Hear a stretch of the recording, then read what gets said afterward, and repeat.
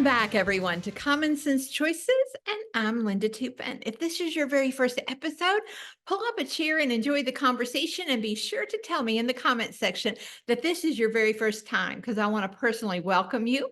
And always share where you're listening from, even if you're an experienced listener and viewer. If this is your 44th episode, thank you. It is because of people like you that our podcast is so widely viewed and applauded. So thank you for helping making it so popular.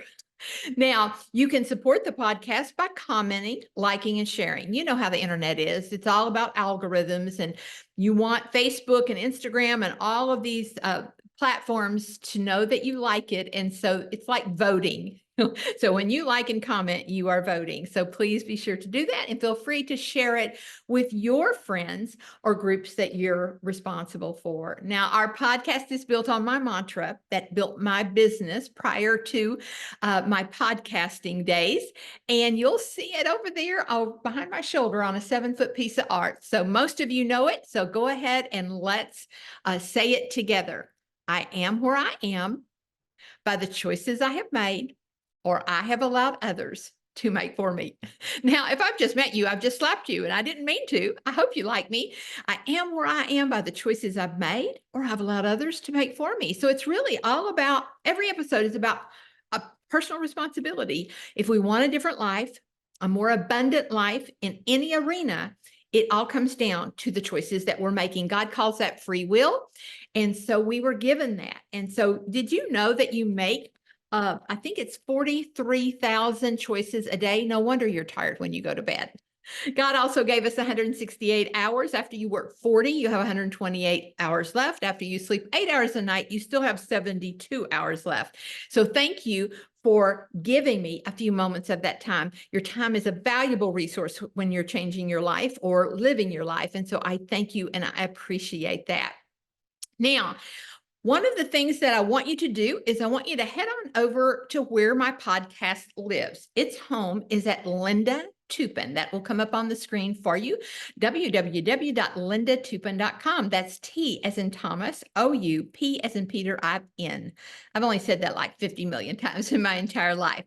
Lindatoupin.com. Now, over there, I have a concierge service, which means that when you sign up, I think about you.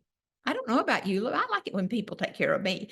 I will take care of you. I will make sure that you receive every episode in your email, and I'll also send you text. So when you get something from me, just know that it's coming from me, and you can actually respond directly to me by text or by email.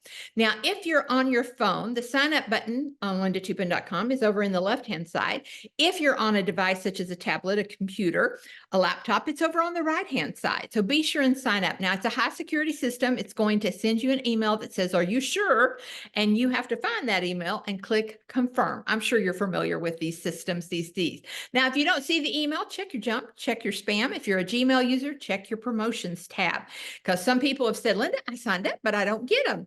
And it's like, you have to go looking for me. All right. So check it all out. Now, while you're over at lindatoupin.com, I want you to check out a few of my other services. First of all, I have a charming boutique over there. Now, that's how you financially support the podcast. I don't know about you, but I love to go shopping in stores where I find all kinds of stuff I didn't know I needed. So over there, you're going to find things with our mantra on it. Now, our most popular item in the boutique, it's in a lot of classrooms, it's in a lot of doctor's office, in a lot of therapist office, and a lot of kids' bedrooms, is our 8x8 canvas print. You can put that one on those little stands that you get at Target or Hobby Lobby. I am where I am by the choices I've made, or have allowed others to make for me. And over there, you will also find note cards with the mantra as well. And check your refrigerator. Do you have a magnet? Everything comes gifted in a beautiful organza bag. So when you order it, it'll come. That way you can gift it to others.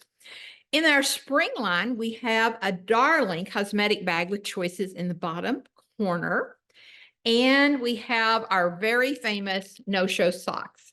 So when you kick your feet up in that lounge chair at night going, "I am where I am by the choices I've made," on the top of it, it says, "I've made wise choices." And also new in our spring line is our money bags. They're also accessory bags. We have them in salmon. We have them in a soft pink, and we also have them in navy and then our standard colors over there. And you can check all of those out. These are great for bank bags, but they're also wonderful when you're traveling with your mouse and your cords and all of those things that we have to travel with to stay connected to technology.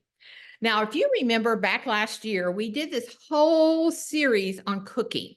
And several of you, this podcast is very audience driven. Several of you came to me and said, Linda, you need to make aprons, because I had an apron on when we were doing cooking, and we all had aprons, and none of them were really very pretty. And I thought, what a clever idea. And so I happened to know a seamstress in Middlesboro, Kentucky, who was already in my life, and her name is Debbie Hunter. And I went to her. Now, she mainly does proms and weddings and all that stuff. I said, hey, how would you like to make aprons? So I showed her a design that I really, really liked. I don't know if you know this about the 20 and early 30-year-olds right now, but they're much more interested in homesteading than they are buying a mega mansion. I don't know if you figured that out yet. And so they're interested in growing their own food and living a much simpler life. And so they've brought back what we call the cottage apron. Now you're going to see them come up on the screen. They're not those cute little things that we tied around our waist in the 1950s, 60s, and 70s. These are the big full aprons. They crisscross in the back, and we make them in large, medium, petite. You get to personalize them. And as you can see on the screen, they crisscross in the back, and there's tons of fabric with really big, deep pockets. So if you're out in the garden, you just put your vegetables in them. If you've got little kids running around, you can wrap those grandkids around with all that fabric. So these are very, very trendy with 20 and 30-year-olds. Now, you can actually have them personalized. Now, if you're watching this a year from now, don't expect this fabric. We get a few bolts in, we make them up, and then we go find a new one. So right now for Mother's Day, I'm making this in 2024. We have a special one called the Queen Bee, because if you're a mother or grandmother, you are the queen. And so you get to personalize our aprons with your name or your nickname, and you get a little tiara. And the fabric is full of bees. That's why we call it the Queen Bee. And of course, all of our aprons come with the signature choices button that we had specially made. And as I said, you get to personalize these guys. And we've even had a few people go, I'm a weird size. And Debbie will call you and she'll have you do some measurements. And so she'll customize it a little bit. But they're full of fabric. Like I said, they're not those little cutesy things that we wore in the 70s. This is for what's in trend right now, which is bringing back the cottage apron. So you guys, that is how you support our podcast. Well, let me catch you up. Many of you know and follow me on social media that I have been so blessed that my parents, who are 89 and 92 today in 2024, have been living on their own, going wherever they want to go. You know, my brothers kind of live close, but they really needed no help until my mama fell right at Thanksgiving. And so we started into a spiral of things that we had not experienced before. So many of you know exactly what I'm talking about. And so I decided, because I had gotten thrown into a world that I thought I knew about, but until you're thrown into this world, you don't know about it. I had already done 3 episodes, which I thought really prepared me. I did episode 26 on wills and trust. I actually rounded up my parents 5 years ago and my brothers, and we all went to see an elder care lawyer, which I highly, I've got your face in my hand, highly recommend, because there is a big difference between your general lawyer and the person who specializes in elder care. It is a specialty all to itself. So that's episode 26, wills and trust, and you'll meet my lawyer. Then episode 27, you got to meet 2 women who had 2 very different stories. One, her father was tragically murdered. And of course, you know, he didn't know he was going to be murdered. He was a relatively young man, so there was no preparation for his death and the nightmare that sent the woman into. Her name is Jennifer. And then we'll meet Rachel. Her mom was diagnosed with ALS, and so she had a couple of years to prepare for her passing, and how different that experience was for those children. So that's episode 27. Episode 28 is my friend Kathy Brummett in Oxford, Mississippi, who works for a local funeral home. And she talks about pre-planning your funeral and how valuable that is to the people that you leave behind and to yourself. And my mama, back last year, she watched that episode and she took herself down to the funeral home. And what a blessing it will be to me and my brothers that my mom has everything planned, including what she wants in the bulletin, and she doesn't want a big fuss. Okay, that was in her instructions. All right. Well, once I got thrown into this world and realized how little I knew, I went back to see my lawyer friend. So, episode 43, which is the one right prior to this one, is on Medicare, insurance, Medicaid, the 5-year look back. If you don't know what I'm talking about, it will change your life and the finances of your family in ways you can't even imagine. And this, what's called the spin down. All right, now those are valuable, important topics that's covered in episode 43. But today, episode 44 belongs to my friend, Heidi Rea. Now, let me tell you a little bit about Heidi. She has a BS from, well, let me start this all over again. Heidi has a BS in Christian education as well as management and ethics from the Cincinnati Christian University. She is a bereavement coordinator for a local hospice agency and has been for the past 5 years. She provides support to families who have experienced loss through grief groups, supportive calls, and resources. And I hope that's what you're starting to see with my podcast. It's just giving you tons and tons of resources because you're going to need them when you get placed in the situation that I found myself in, and all of us will eventually find ourselves in. And so she is married to her husband, Jason, who I adore, who also works in hospice as a chaplain. And they have raised 3 sons together. In their household, they acknowledge life is precious. Every day is a good day. Isn't that a fabulous mantra? Well, let's bring her on the screen right now. I'll ask her to unmute and add her. Hey there, girl. How is things out in Western Indiana? It's going fabulous. Thanks for having me on. I'm so excited to be able to share with you guys today. Well, when all of this happened, and I know that you reached out to me based on one of my Facebook post or whatever. And just in our short, like 5 or 10 minute conversation, I thought, oh my goodness, Heidi, obviously I know nothing about hospice. Now, I am not in a position right now with either of my parents. I don't think I might be after I talk to you, where we have used hospice. And I love the fact, for my audience's sake, that I know nothing about hospice.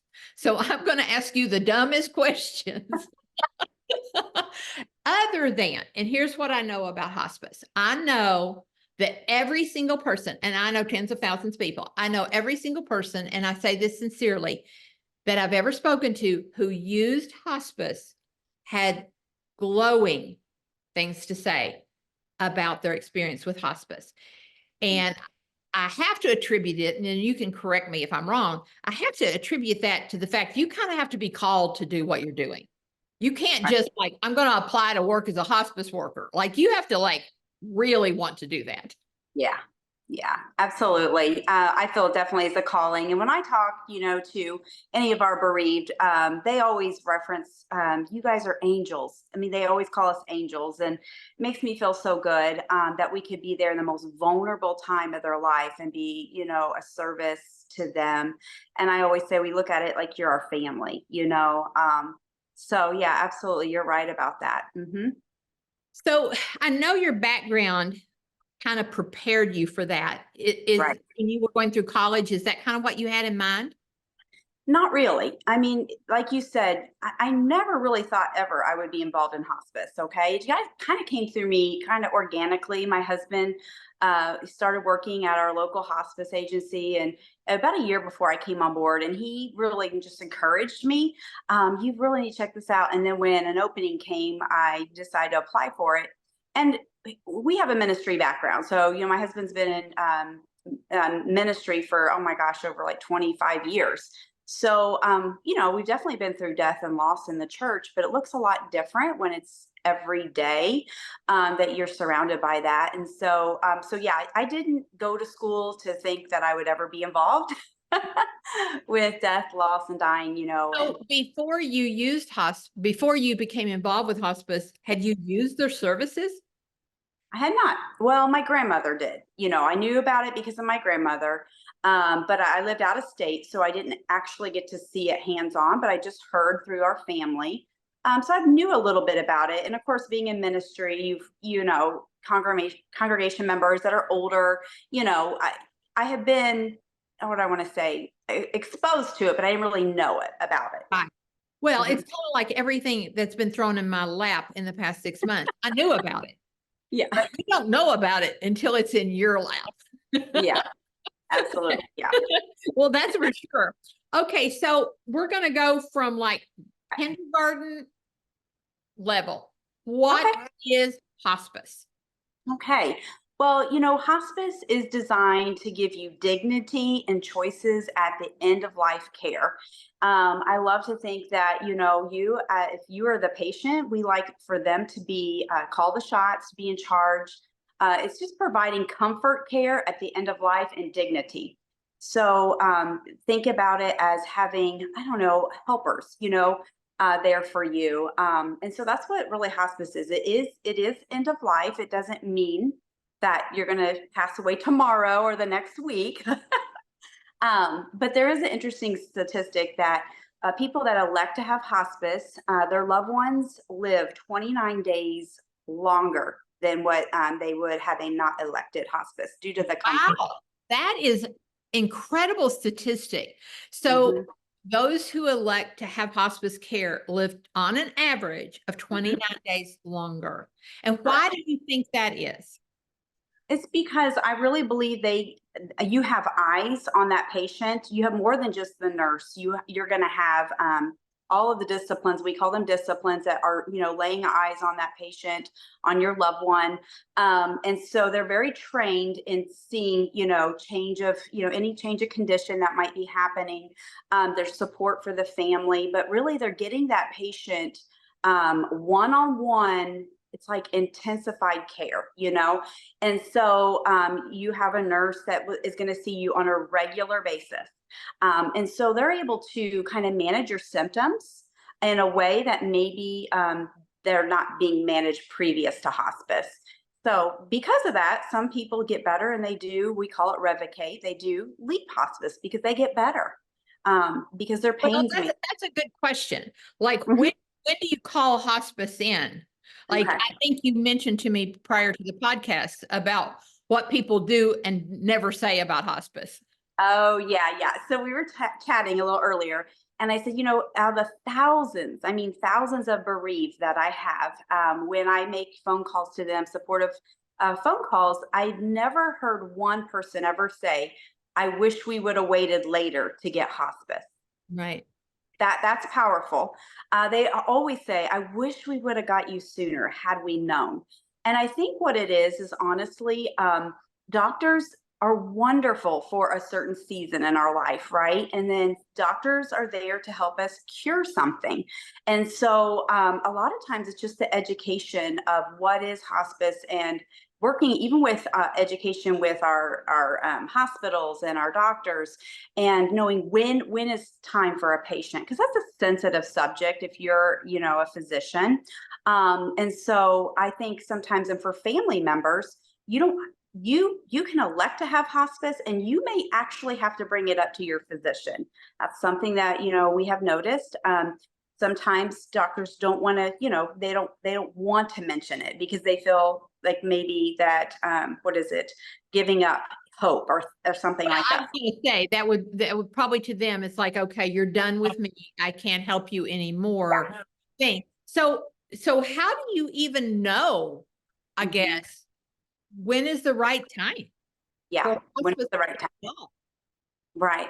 So you have to have a diagnosis. It doesn't have to be cancer. It could be there's several diagnoses that anything that is considered terminal within 6 months or less. Okay, So, so the magic mhm, is 6 months.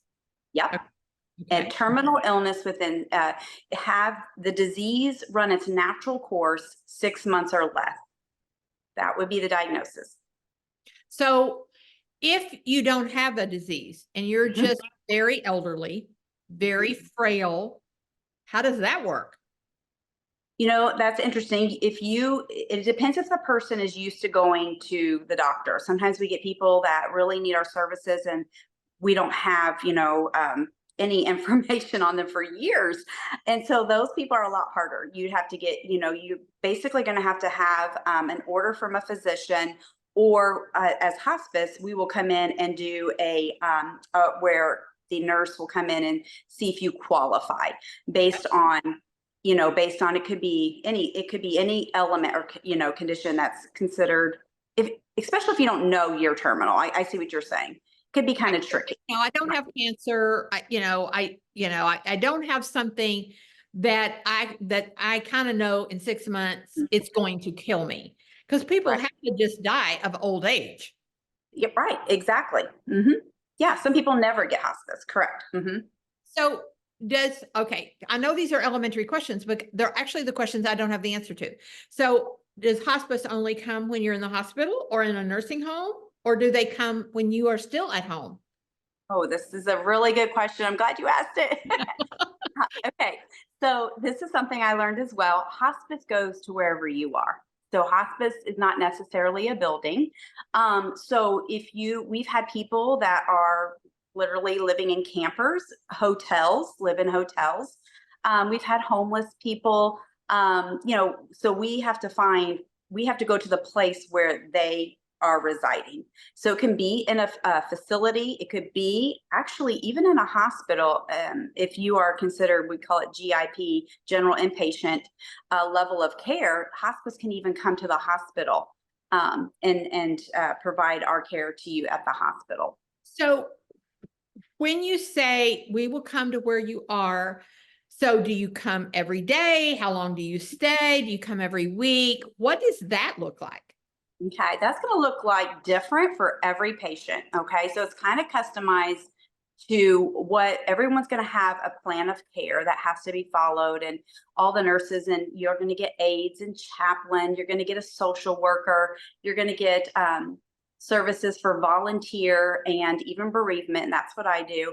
And so we have a plan of care for each, it's individualized for each patient depending on their needs. And so typically, a hospice nurse has to see you once a week, okay, to stay. And at least that's, I know how it is at our local agency. Once a week is our guideline. And then you could be seen even daily or even twice a day um, when you're more closer towards the end of life. They will increase those visits. Mm-hmm. So when they come, okay, because literally this is like all news to me. Okay. Okay. So, I mean, what can I expect them to do? They take my vitals? Do they adjust my meds? Are they allowed to adjust my meds? Mhm. Do they help me with my house? I mean, what do they do? Oh my gosh, that's a loaded question. It is a great question though, because you want to know what's going to happen. Usually within the first 5 days. First of all, let me go back up and say that hospice is paid by Medicare. It's 100% free. Well, Okay. And I was coming to that question. How okay. do you pays for this? Okay, and we can go into more about what it would provide for your family. But so when it comes in, we do have Medicare guidelines that we have to go by. And so when they do come in within 5 days, they have to be seen by all the disciplines. They have to be seen by the nurse, the aide, the chaplain, the social worker for an assessment. Each person has an assessment based on their field. Okay. And then if they elect to have a volunteer, they would get an assessment as well. And then after that, the first 5 days can be a lot because you got a lot of people in your house coming in and out. But after that onboarding, really, honestly, it just depends on how often the care is needed, and if you need help in the middle of the night, um, and things like that. So all of that, it's not 24-hour care where we're sitting in your living room 24 hours. It's not that. It is designated times where they will come to your home, or the facility or the So hospital. you're not a sitter. You're No. 24/7 care. But you are that extra set of hands and eyes that the sitter and the family need Yes. this last few months. Now, you Yes. mentioned something I'm curious about, and I don't want to forget it. You said some people come out of hospice. Right, right. We call it revocation.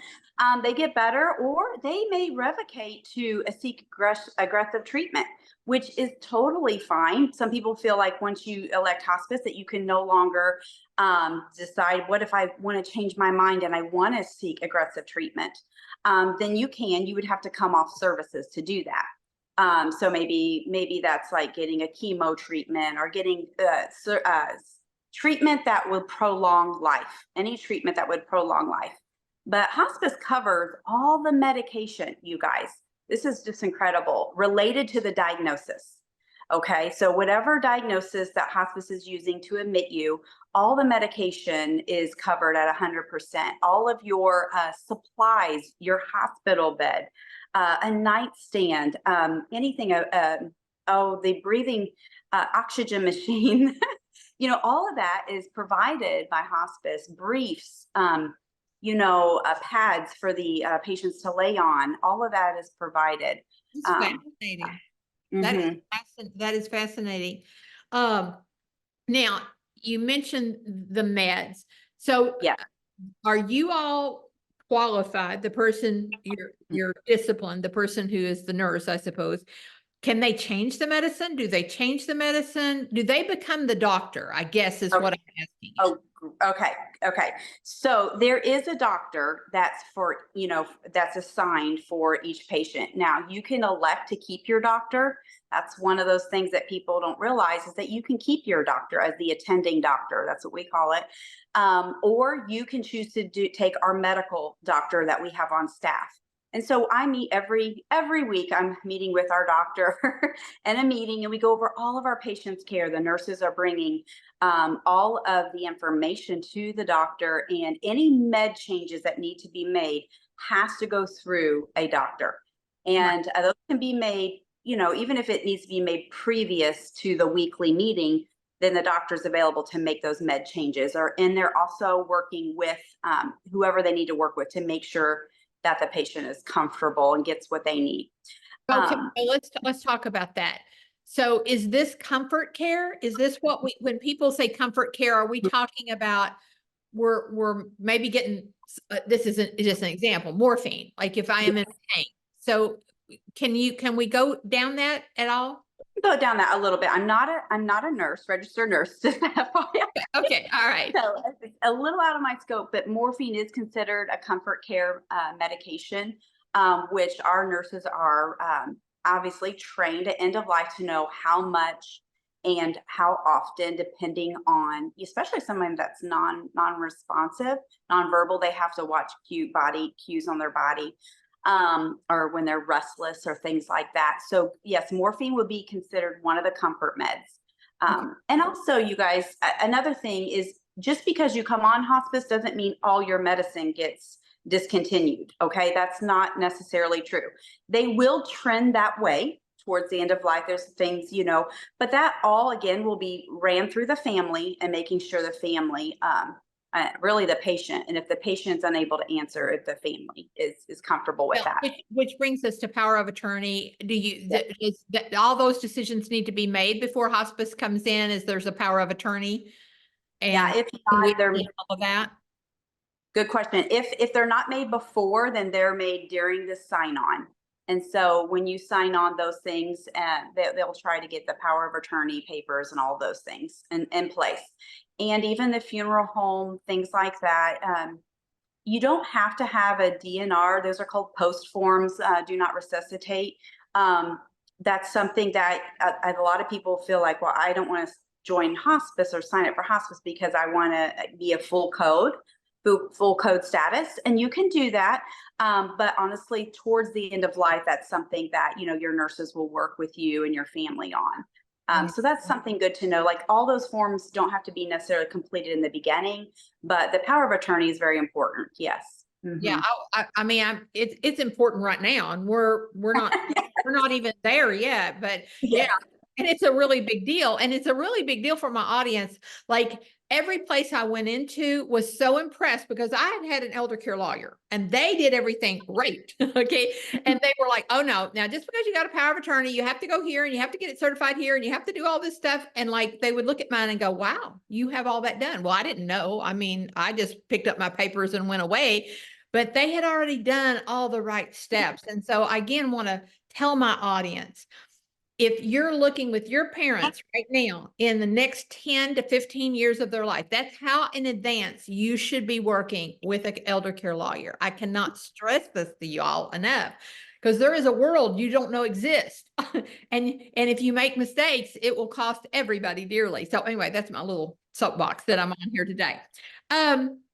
What would you say? I think you've hit a couple of them right now, but what would you say some myths are that people have? I know you said like you have to have do not resuscitate at the beginning. No, you don't Right. have to.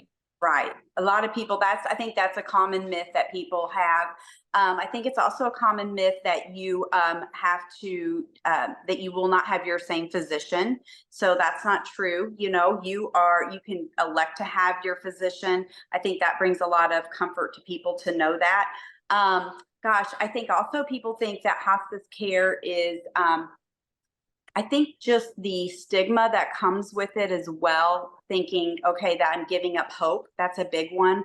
We don't believe that we're giving up hope. We're helping equip you and equip your family for the end of life. And so we definitely never want to give up hope. That's something. So I think that's a myth when people sign on to hospice, like I've given up the battle.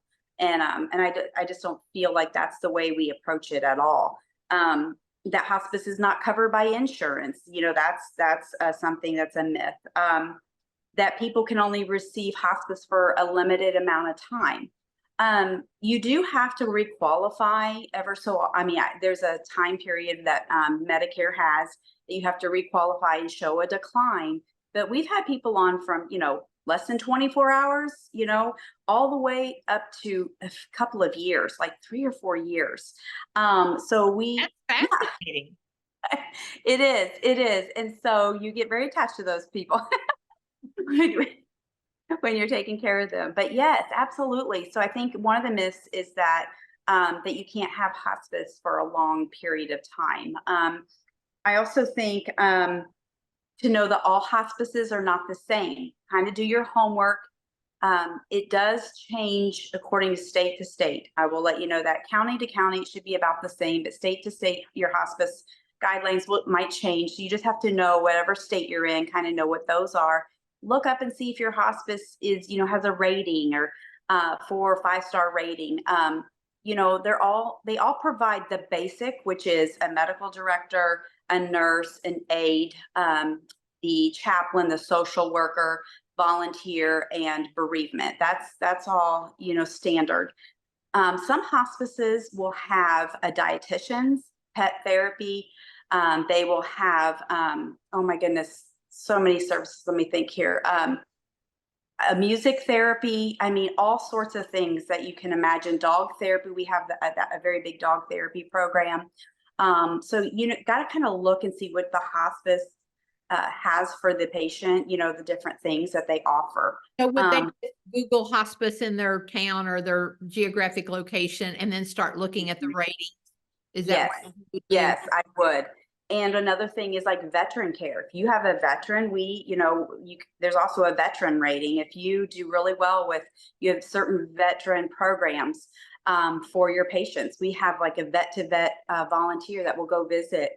They do light housework. If you get volunteers that come in, they can come and sit for a small pound. It's not like a sitting service, but they will come at a scheduled time to sit if you have to go run errands or go to the grocery store. If you need some light, tidy house cleaning, they will do that as well. So our volunteers come and just sit, and then especially veteran to veteran, that's been really neat lately seeing that. So seeing what veteran programs they have. So all of that, it's a whole new world, really, honestly. Well, it sounds like a treasure trove of resources is what it sounds like to me. Yeah. And again, like I knew none of this. Like I had so little knowledge before you came on, but clearly, and it's like anything else. You're going to have some geographic areas who probably have this outstanding hospice and some that maybe aren't quite as outstanding, but you can choose a different one. You don't have to choose the one in your local area, do you? I mean, how many's in an area? You can call and they will say, well, that just determines that, honestly, there's not a good answer for that, how many's in one Oh, area. okay. Okay. You know, but some markets are more competitive than others, like you mentioned, of course, with population, you know, and things like that. But most hospices will have a designated how many counties they service or with their district. Okay, and they'll say, "I'm so sorry, you're outside of our area that we service," and they might recommend you to somebody, you know, that's in that other area that covers that area. This is fascinating. Absolutely fascinating. This wasn't on my list when I first thought about this, but I am curious about this. Is how do you do the hiring and the firing of all these people? I would think you really have to have a calling to be the aide or to be the bereavement person or whatever. I mean, how intense is that? Okay. Well, I've learned a lot about this, okay, in the last 5 years. First of all, I've learned that, you know, you do have to feel a special calling to do this. It's different when you are, let's just take the nursing profession and you're not around death and dying every day. So when we onboard new employees, myself as a bereavement coordinator, I ask them, what's your experience with loss look like? And part of my job as being a bereavement coordinator is to make sure our staff, and so is the chaplain, they have to check in with our staff because you're talking, you know, multiple losses within a week, sometimes within a day. And so it depends on your hospice, like how busy they are. And so we have a very high volume where we are located. And so it means we have a lot of admissions and a lot of deaths. And so knowing that already, it's like you kind of need to be cut out and be ready for it. I don't ever want to scare anyone away, but you can tell it takes them a little while to get adjusted. Well, And so, yeah, yeah, it's not that you ever get used to it, no, but you have to get used to it. yeah. Yeah, That's there's your good job. self-care. Yeah, there's ways to like, okay, how can we cope when we've just lost, you know, a patient and you've got to go to another patient. And so we kind of talk about that. And then you know, for myself, I have a support meeting for our staff that I do monthly that they can come and kind of, you know, process like all the losses that just has happened in the last month. And so we have things for our staff members as well, knowing that, you know, that they're going to be around a lot of that. But some of the hospice staff, our company is relatively, it's newer, less than 10 years old. But even then, like you can probably see at times a high turnover, you know, if they're not used to it. So Right. what I've learned is that in the nursing field, you know, that people can come and go.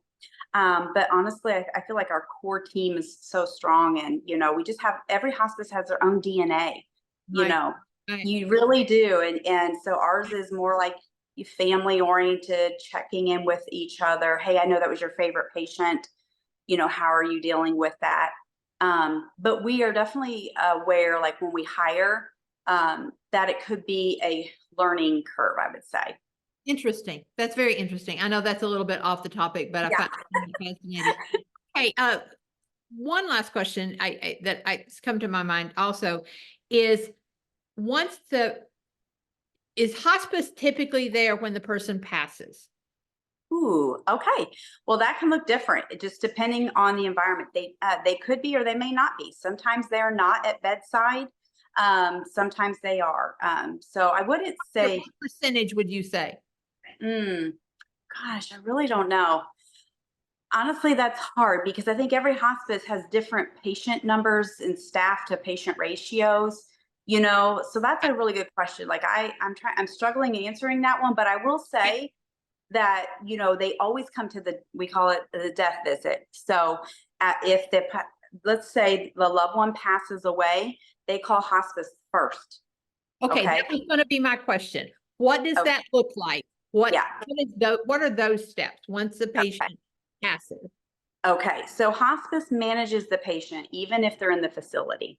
Okay.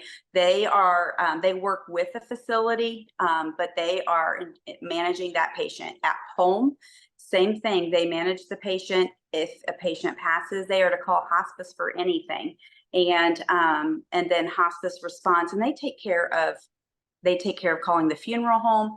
They do it when you're ready. Yes, they take care of all those phone calls. If there's any immediate family members that they want them to call, they'll call and notify them so that you get time. So what we do is we give you those last days of your loved one's life less stress. We take off the stress so you can just be with them, not have to manage everything, all the symptoms. So we kind of come in and we're an added support. And we're very comfortable at end of life, and we know what we're looking for. So I think that's good, the education. Our goal is to make it more of a calming thing, not to add to any. It's already hard enough when someone passes, but to be there to de-escalate, to help that person pass in the manner that they want, that their wishes were. And sometimes that is maybe they're in a facility and they want to go home to pass. Well, then that's their wishes, and we do everything in our power to allow that to happen. So yes, they will call hospice. Hospice would take care of all of that. And then, yeah, so I would say we always attend the death visit unless we're at a hospital and they say, don't come, the family's already here. Right. Wow. Mhm. What an incredible organization. How long has hospice been around? That's a great question. I'm not exactly sure. I really don't know. I think I would hate to say because I'm going to get it Okay. wrong. That's okay. What a brilliant, Mhm. inspired person created that, is all I'm going to say. Yes. What a beautiful thing to offer people. Um, I would be curious as to how many people who pass are in hospice care total in America. Mhm. That would be an interesting statistic, and I know you don't have that ready. Um, what advice would you give someone? This is kind of going to wrap it all up, I think. What advice would you give someone in regard to using the services? So someone out there right now is probably in the stage with a loved one where they haven't made that decision yet. So, but they know that we're getting there. What advice would you have for those people? I would say, even if your loved one is not yet ready, you can always have a family, we call it a family meeting with your local hospice, where they will come in and explain, that hospice will explain what they offer. And so you can do that with several hospices. You're kind of like interviewing Well, your it sounds like you're interviewing them. Yeah. Yes, and that's great because you want to know who you're going to have on board when you need them. I think getting the information first is so important, and it also, a family meeting doesn't mean you're going to sign up. It just means you're getting information, and then at that meeting. They're going to answer all your questions, and they're going to help you decide, when do I get this, get hospice involved, and they're going to go through the very next steps, like what that would look like. But it will come from an order from your doctor eventually saying, that they would qualify. But yeah, so my advice would be not to delay if you're kind of wondering at the end of the stage of life. And just to know it's such a support, and it gives your family time to breathe. It's already intense and it's hard, and so you want professionals to come in that know how to handle that, and that can relieve any stress from you, and that can help in the situation. And afterwards, you will be so thankful you did. And like Linda said, you never hear anybody saying anything bad after hospice. It's always good. Oh, well, I was going to say, just listening to you during this interview was like comforting. Like, I can tell, like, because even if you've been with someone when they passed, I've never been with anyone when they passed, but if you've never been, even if you've been, still, it's different with every person that's passing and your emotions. I mean, just to be able to not have to think about that. And it's interesting when you were talking about interviewing, because when my mom came home from rehab, we had to interview agencies and sitters and what have you, which sounds very similar. Like, we have to fill out lots and lots of forms. And even though, praise God, we're past that, she's off the oxygen, the sitters have gone away, and all of that is all better. All that's been decided. We know what to expect now.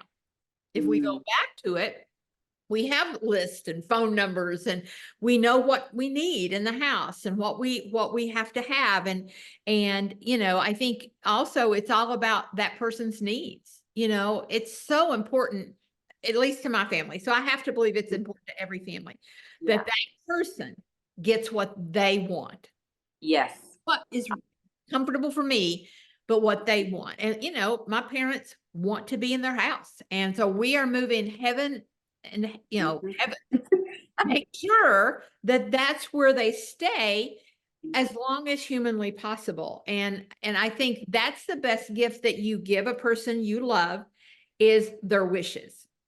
Absolutely. I totally agree.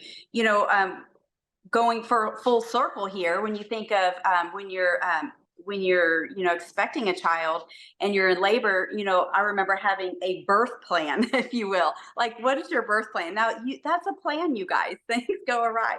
But why not have a death plan? First of all, it's going to make you feel better. And I do want to give a plug about bereavement, if I, you know, something. Okay.